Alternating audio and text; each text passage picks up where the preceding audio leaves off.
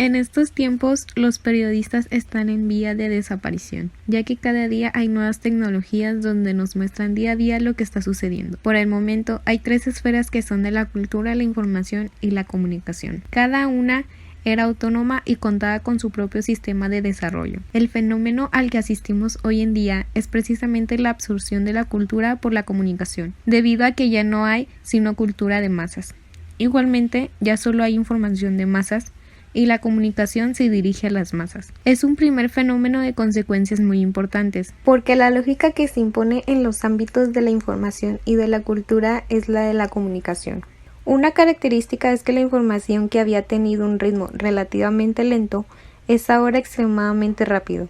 La velocidad es algo que forma parte de la propia historia de la información. La información experimentó un gran desarrollo. Siempre ha existido una relación entre velocidad e información. Ahora se ha llegado a una situación en que esta relación ha alcanzado un límite tal que plantea problemas, ya que la velocidad es la de la luz y la de la instantaneidad. El periodismo tenía una organización triangular: el acontecimiento, el intermediario y el ciudadano. El acontecimiento era transmitido por el periodista que lo filtraba, lo analizaba, lo contextualizaba y lo hacía repercutir sobre el ciudadano. Ahora este triángulo se ha transformado en un eje. Está el acontecimiento y a continuación el ciudadano. A medio camino ya no existe un espejo, sino simplemente un cristal transparente. A través de la cámara de televisión, la cámara fotográfica o el reportaje, todos los medios de comunicación intentan poner directamente en contacto al ciudadano con el acontecimiento. Otra transformación es la que experimenta el principio mismo de la actualidad, el cual es un concepto fuerte en el contexto de la información. La actualidad es básicamente lo que dice el método de comunicación dominante.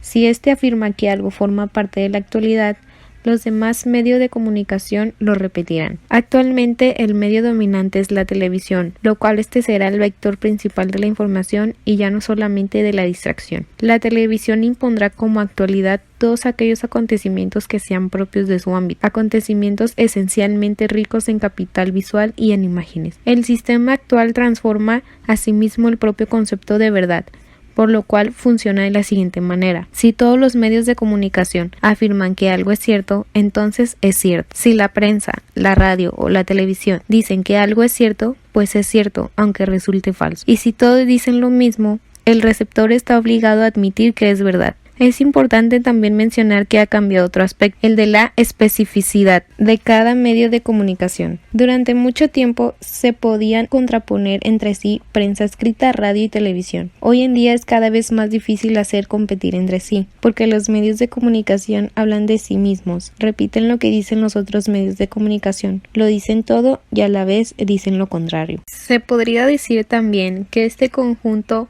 se complica aún más a causa de la revolución tecnológica. Hasta ahora, en el mundo de la comunicación disponíamos de 3 sistemas de signos: el texto escrito, el sonido de la radio y la imagen. Cada uno de ellos ha dado lugar a un sistema tecnológico. El texto ha generado la edición, la imprenta, el libro, el periódico, la linotipia, la tipografía, la máquina de escribir, entre otros. El texto está en el origen de un verdadero sistema, al igual que el sonido, que ha dado lugar a la radio, el magnetófono y el disco. Por su parte, la imagen ha producido el cómic, el cine mudo, el cine sonoro, la televisión y el video. Se pueden enviar textos, sonidos e imágenes a la velocidad de la luz, conjuntamente o por separado. Hoy en día, independientemente del sistema, todo circula de la misma manera y a la velocidad de la luz. En la actualidad, la revolución numérica permite contar a la red todas estas máquinas cerebralizadas. El sistema de comunicaciones crea una red, un tejido que envuelve el conjunto del planeta, permitiendo el intercambio intensivo de información. Vivimos en un sistema de producción superabundante de informaciones. Durante mucho tiempo la información era muy escasa o incluso inexistente, y el control de la información permitía 2 cosas. En primer lugar, una información escasa era una información cara, que podía venderse y dar lugar a una verdadera fortuna. Por otro lado, una información escasa proporcionaba poder a quienes la poseían. En un sistema en el que la información es superabundante, resulta evidente que estas 2 consideraciones sobre los beneficios de la información no actúan de la misma manera. La forma moderna de la censura consiste en añadir y acumular información. La forma moderna y democrática que adopta la censura no se basa en la supresión de información, sino en el exceso de esta. Por consiguiente, estamos ante un planteamiento de la máxima importancia. Ante la superabundancia de informaciones, se puede acceder a fuentes de información en directo. Sin embargo, sigue vigente una pregunta. Incluso en este contexto, ¿cuáles son las informaciones que se nos esconden? ¿Cuáles son las informaciones de las que no se quiere que nos enteramos? Esta pregunta es crucial. Por otra parte, también se plantea la cuestión de la relación entre información y verdad. Considero que la verdad, aunque no siempre sea fácil determinarla, es un criterio que debería tener una cierta pertinencia en lo referente a la información. Se debería considerar que tiene algo que ver con la información. Ahora bien, hoy en día al sistema no le sirve de nada la verdad.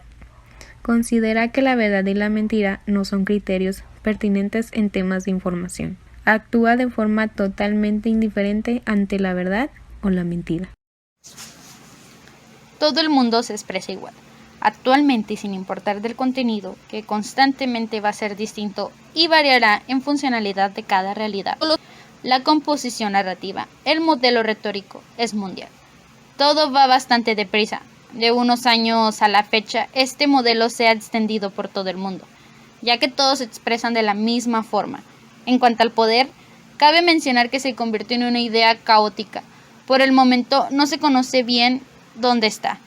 Los que creen tenerlo se otorgan cuenta de que no lo poseen. Parece que están jugando un poco con los vocablos, lo cual previamente se denominaba el cuarto poder, ahora es más bien el segundo. Sin embargo, sus funcionalidades han cambiado. El cuarto poder era la censura de los demás tres, ya que el segundo expone en términos de predominación universal y general sobre el manejo de las comunidades. Los riesgos para la democracia. Ocurren hechos que nos deben hacer dudar acerca de que si en nuestro contexto actual no hay algún riesgo para la democracia, ya que cualquier demócrata puede sentirse inquieto de alguna manera. Esto porque muchos jefes de Estado en ocasiones suelen admitir que tienen dificultades para avanzar en sus puestos. Esto nos plantea lo siguiente: ¿por qué los políticos toman la decisión de permitir que los mercados quedasen afuera del alcance de sus acciones? ¿Y cómo autorizaron eso? Vivimos en un mundo que ha dejado de estar dividido en bloques, en el cual las organizaciones de todo el mundo, por el momento, no desempeñan el papel que tenían, y en el cual muchos países desempeñan una hegemonía geopolítica de facto. Se trata, por consiguiente, de un mundo en el cual los mercados financieros exigen la aplicación de una cierta política. La complejidad a la que nos enfrentamos en la actualidad es que se está produciendo toda una secuencia de fenómenos a escala planetaria que ha transformado la arquitectura intelectual y cultural en la que nos desenvolvemos. Pero ¿somos incapaces de explicar la construcción en el interior del cual estamos? El progreso y la máquina. El progreso es algo que posibilita que desaparezcan las desigualdades, que las comunidades sean más justas, se apoya en creer que la modernidad involucra por definición que se arreglen unos cuantos inconvenientes. El progreso es un paradigma general que hoy ha entrado claramente en crisis. Pero, ¿por qué será sustituido? ¿Cuál es el paradigma que ocupará el lugar del progreso? Las aportaciones tecnológicas se relacionan prácticamente con la comunicación. Actualmente la comunicación se estima como una especie de lubricante, que hace viable que todos los recursos de una sociedad funcionen sin problemas. Se consideró que el modelo de esta máquina se podía utilizar en cualquier situación, es lo cual se denomina funcionalismo. Se construyeron comunidades sobre el modelo de una máquina. Una máquina es un grupo de recursos que se complementan, en el cual no sobra ninguno. Existe cualquier componente de más, la máquina no funciona. El peso del mercado. El mercado no solo integra aquellos elementos que son solventes. Todo aquello que no es solvente no está en el mercado. ¿Qué sucede en la actualidad?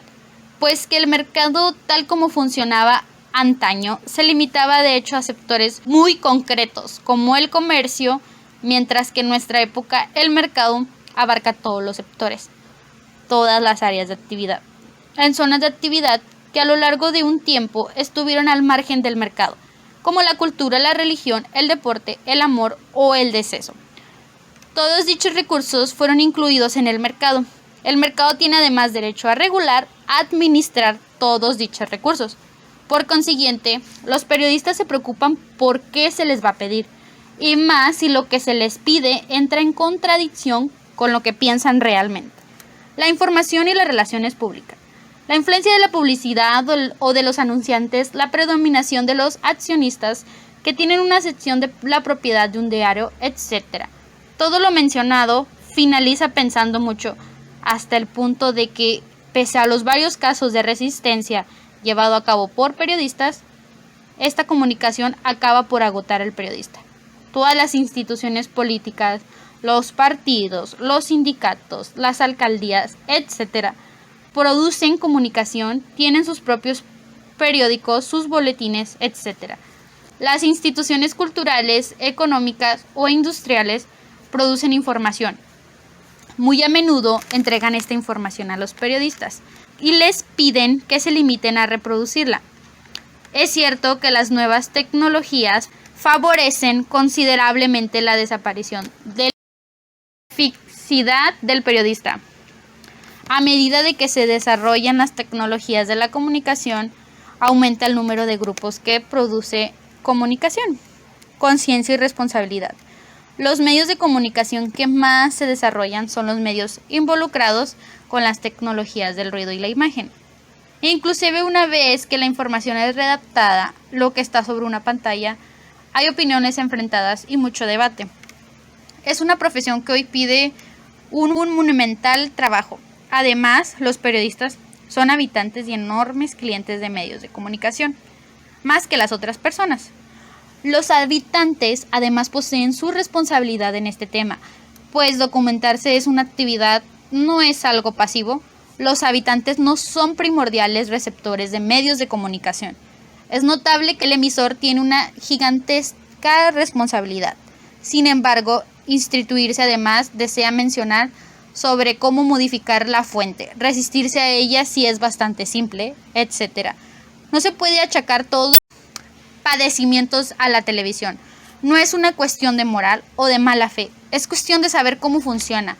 No puede decirse, la televisión me informa mal, ella es la causante. Ciertamente es causante, sin embargo no posee toda la culpa, ya que nadie puede asegurar que al llegar a la vivienda con solamente acostarse en el diván con un vaso y una naranjada en la mano, vaya a comprender todo lo que sucede en el planeta.